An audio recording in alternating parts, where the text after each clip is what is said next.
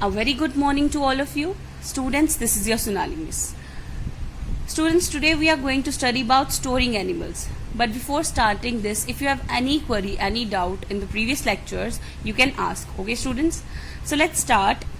What do you mean by storing animals? Storing animal means जो हम animals को पालते थे ना, ठीक है, जो हम पालते हैं animals को for our ओन यूज, ठीक है, जो रेयर्ड एनिमल्स होते हैं उनको हम स्टोर्ड एनिमल्स बोल सकते हैं. क्यों? Because they are the source of store of food. Fine, क्योंकि वो हमें क्या प्रोवाइड करते हैं? फूड प्रोवाइड करते हैं, जैसे मिल्क और मीट, ये सब प्रोवाइड करते हैं. That's why they are the store of food. Okay, so let's start. Animals multiply naturally. आप सब जानते हो एनिमल्स जो हैं वो नेचुरली मल्टीप्लाई करते हैं. Besides if they are look after carefully, अगर हम उनका अच्छे से ध्यान रखें तो वो हमें क्या प्रोवाइड करते हैं?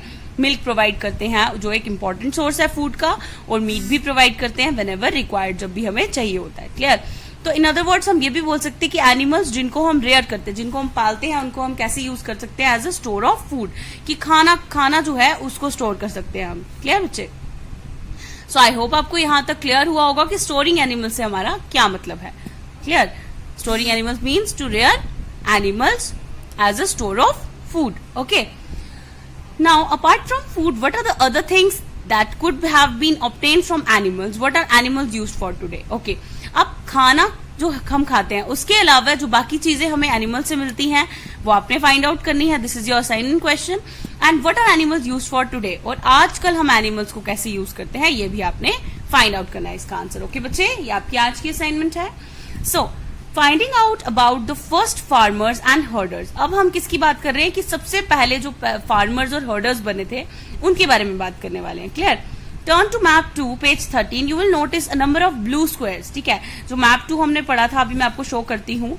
जो ब्लू स्क्वायर्स हैं उस पे each marks a site from where archaeologist have found evidences of early farmers and herders. तो वहां पे ऐसी साइट्स हैं जो ब्लू स्क्वायर्स वाली, वहां पे आर्कियोलॉजिस्ट ने क्या देखा था कि वहां पे फार्मर्स और हर्डर्स के जो है कुछ एविडेंसेस मिले थे कि उस टाइम फार्मिंग की जाती थी और हर्डिंग भी की जाती थी. ओके, चलो हम देखते हैं मैप 2 पे.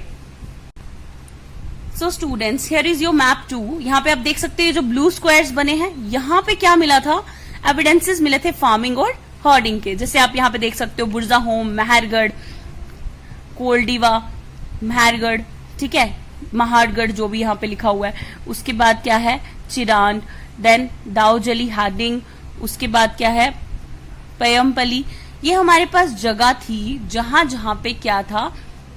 हर्डर्स और फार्मर्स के एविडेंसेस मिले थे आर्कियोलॉजिस्ट को. ये जो आपको ब्लू स्क्वायर्स दिख रहे हैं. ओके बच्चे, आई होप आपको क्लियर हुआ कौन सी साइट्स पे हमें फार्मर्स और हर्डर्स के एविडेंसेस मिले थे. किसको? आर्कियोलॉजिस्ट को. क्लियर बच्चे? तो ये साइट्स आपको बताई गई हैं ब्लू स्क्वायर्स के थ्रू, जहां पे आप देख सकते हो. ओके बच्चे, सो अभी हमने देखिए ब्लू स्क्वायर से जो लोकेट की हुई थी साइट्स जहां पे फार्मर्स और हर्डर्स के एविडेंसेस मिले थे आर्कियोलॉजिस्ट को. They are found all over the subcontinent. ये हमारे पास most of the subcontinent में मिले हमें. Some of the most important ones are in the north west. कुछ जो बहुत इंपॉर्टेंट थे साइट्स जो आर्कियोलॉजिस्ट को मिली थी फॉर फार्मर्स एंड हर्डर्स, वो नॉर्थ वेस्ट वाली साइड थी इन प्रेजेंट डे कश्मीर, जो जिसको हम प्रेजेंट डे में क्या बोलते हैं? कश्मीर वाली साइड थी. ठीक है, मोस्ट ऑफ द जो आपको एविडेंसेस मिले थे फार्मर्स और हर्डर्स के. And in east and south India, और ईस्ट और साउथ इंडिया में भी मिले थे जो हमने अभी मैप पे देखे. ओके बच्चे, so to find out whether these sites were settlements of farmers and herders, scientists study evidences of plants and animal bones. तो ये पता करने के लिए कि ये जो साइट्स हैं यहाँ पे सेटलमेंट थी फार्मर्स या हर्डर्स की, तो साइंटिस्ट ने क्या स्टडी किया? प्लांट्स और एनिमल बोन्स को स्टडी किया. ठीक है, one of the most exciting finds include remain of burnt grain. और एक बहुत ज्यादा एक्साइटिंग चीज देखने को मिली. क्या मिला उनको? कि उनको एक जली हुई ग्रेन मिली. समझ आ रही है? बर्न्ट ग्रेन मिली. This may have been burnt accidentally or on purpose. तो ये यहाँ तो एक्सीडेंटली जल गई होगी या फिर किसी पर्पस के लिए जलाई होगी. तो scientist can identify these grains and so we know that a number of crops were grown in different parts of the subcontinent. तो साइंटिस्ट ने उसको आइडेंटिफाई कर लिया एज कि वो क्या था? ग्रेन था. और हम वहां से पता कर पाए कि बहुत सारी क्रॉप्स जो थी वो ग्रो की जाती थी अलग अलग पार्ट्स में of the subcontinent. Okay बच्चे, so they can also identify the bones of different animals. और ये हमारे पास बहुत सारी अलग अलग एनिमल्स की बोन्स जो है उनको भी आइडेंटिफाई कर पाए थे archaeologist. Okay students, I hope आपको यहां तक क्लियर हुआ. So moving further towards a settle life. अब फार्मिंग हर्डिंग से वो एक सेटल लाइफ की तरफ कैसे मूव किए, हमें कैसे पता चला कि वो एक सेटल लाइफ भी जी चुके हैं earliest people.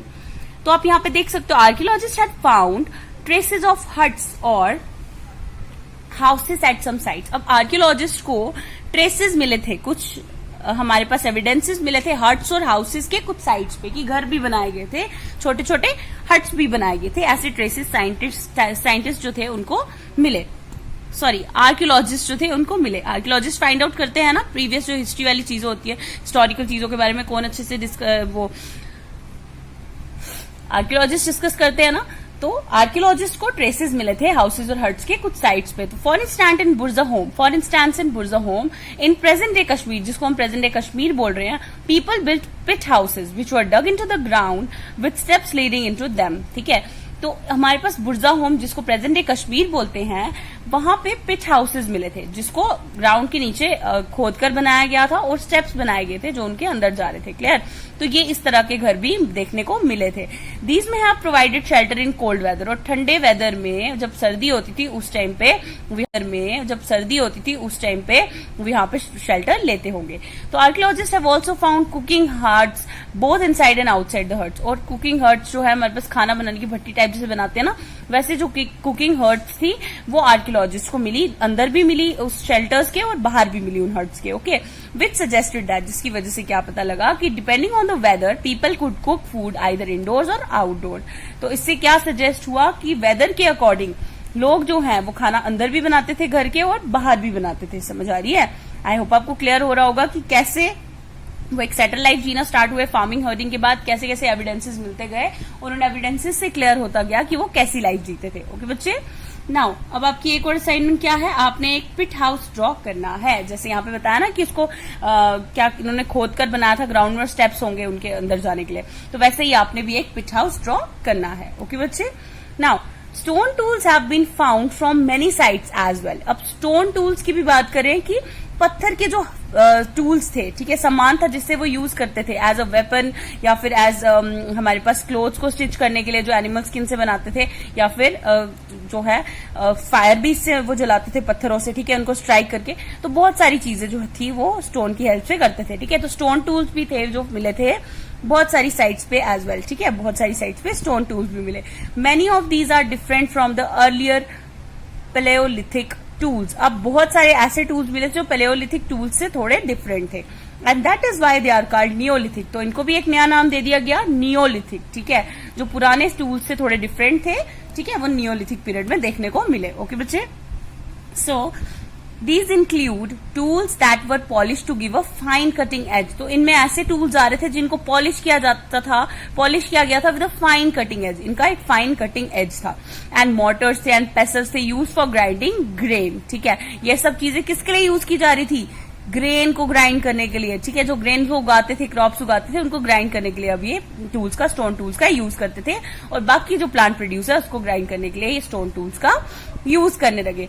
Motors and pestles are use for grinding grain even today. आज भी मोटर्स और पेसल्स का यूज किया जाता है ग्रेन को ग्राइंड करने के लिए, सेवरल थाउजेंड ईयर्स लेटर, और पहले भी किया जाता था। At the same time, tools of Paleolithic types continued to be made and used, and remember, some tools were also made of bone.